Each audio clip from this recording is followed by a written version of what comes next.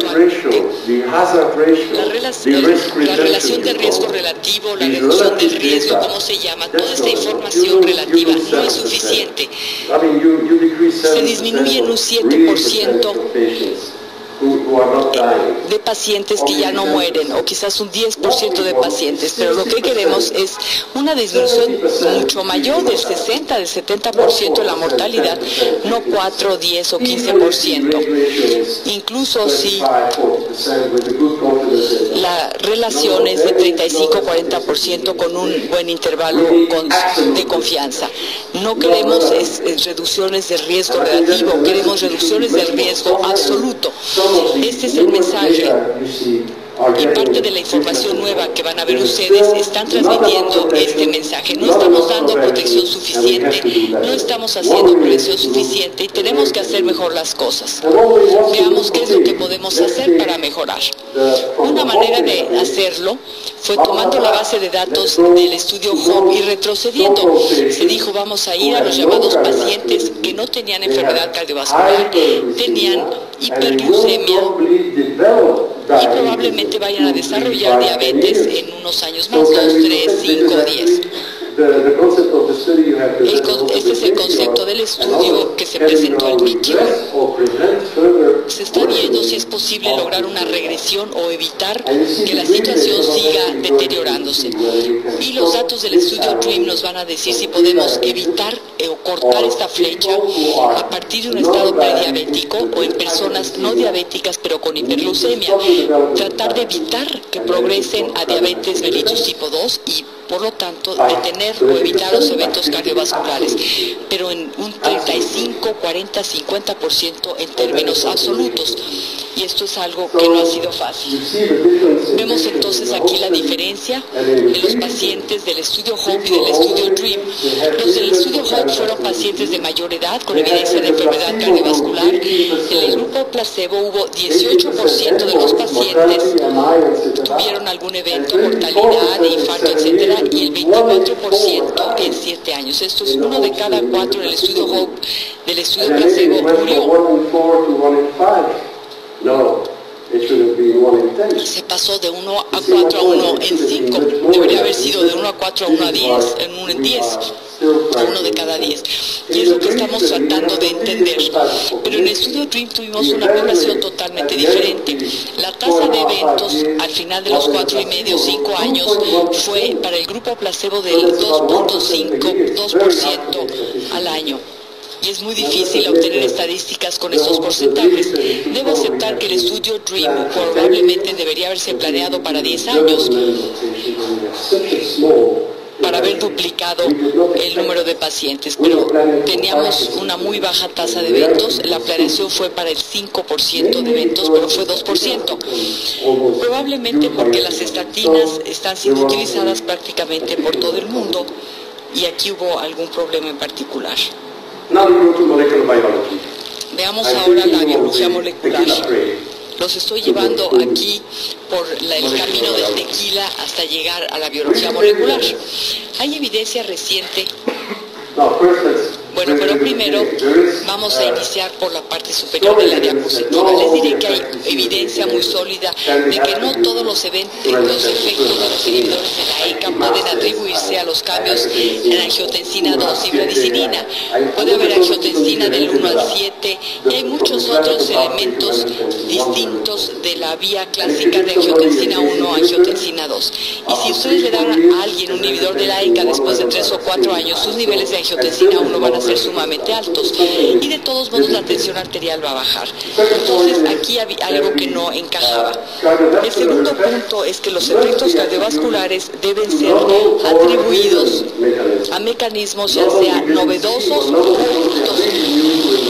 Ocultos porque no los vimos o novedosos porque apenas los estamos entendiendo. Por ejemplo, descubrimos que todavía no sabemos por qué el sustrato de la ECA bloquea el depósito de colágeno en un corazón lesionado, probablemente también las arterias. Esto es algo reciente y es algo que no se explica únicamente por los efectos de angiotensina 2 y bradicininina. Esto es muy importante. La activación de la cascada de señalización de la ECA, en la que participan sinasas CK2 y las terminales C-Jun lleva a cambios génicos. Si estamos hablando de genes, hablamos de NF-κB. Si hablamos de factor nuclear κB, hablamos de genes que están dentro del núcleo. Esta mujer, Ingrid Fleming y Rudy Buss del Instituto Goethe de la Universidad de Frankfurt, tienen 27 años trabajando en esto. Iniciaron con Ramipril en 1983, hicieron investigación translacional, dieron toda la vuelta al círculo y continúan estudiando todo este proceso. Ahora ya establecieron o ya tiene la evidencia experimental de que es posible retrasar o modificar la aparición de resistencia a la insulina a través de la biología molecular.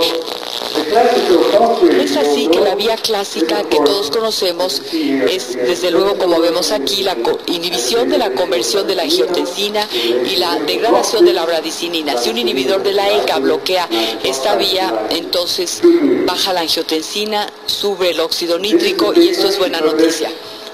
Este es el trabajo que ella publicó, se recibió en noviembre, y esta es la primera parte de 6 artículos que van a hacer una secuencia y voy a mostrarles los primeros.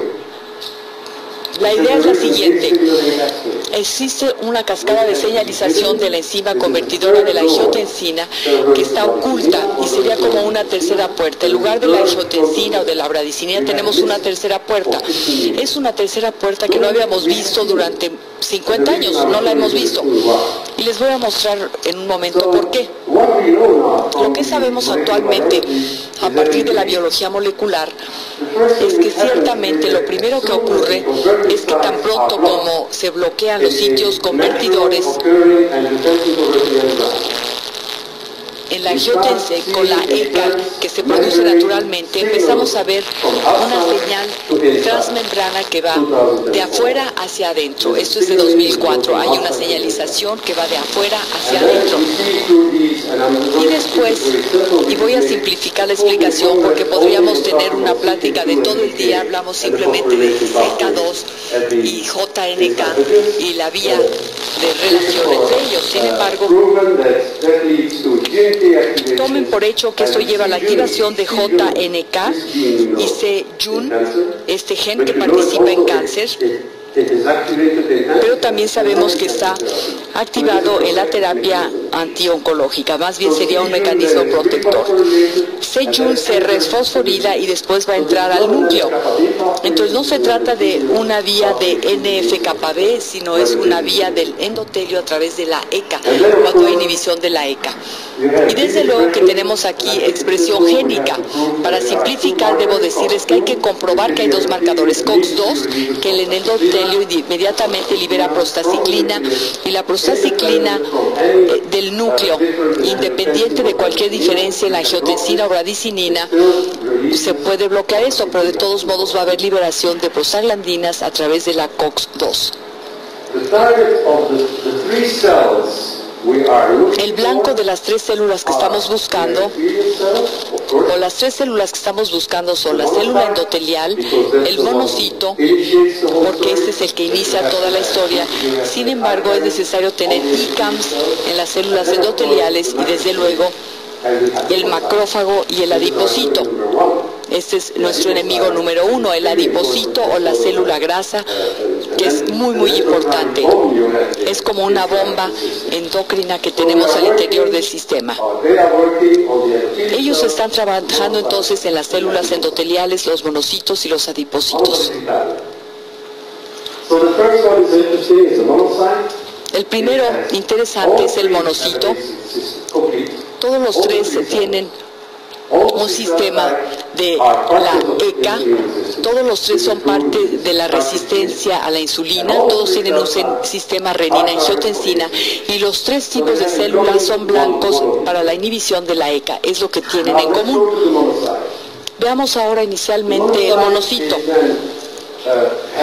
El monocito tiene esta vía en su interior y esto es lo que quiero explicarles. De manera que si uno bloquea esta vía, hay activación de C-Jun, va a entrar dentro de la célula, de nuevo va a haber fosforilación al interior del núcleo y después va a haber liberación de COX-2.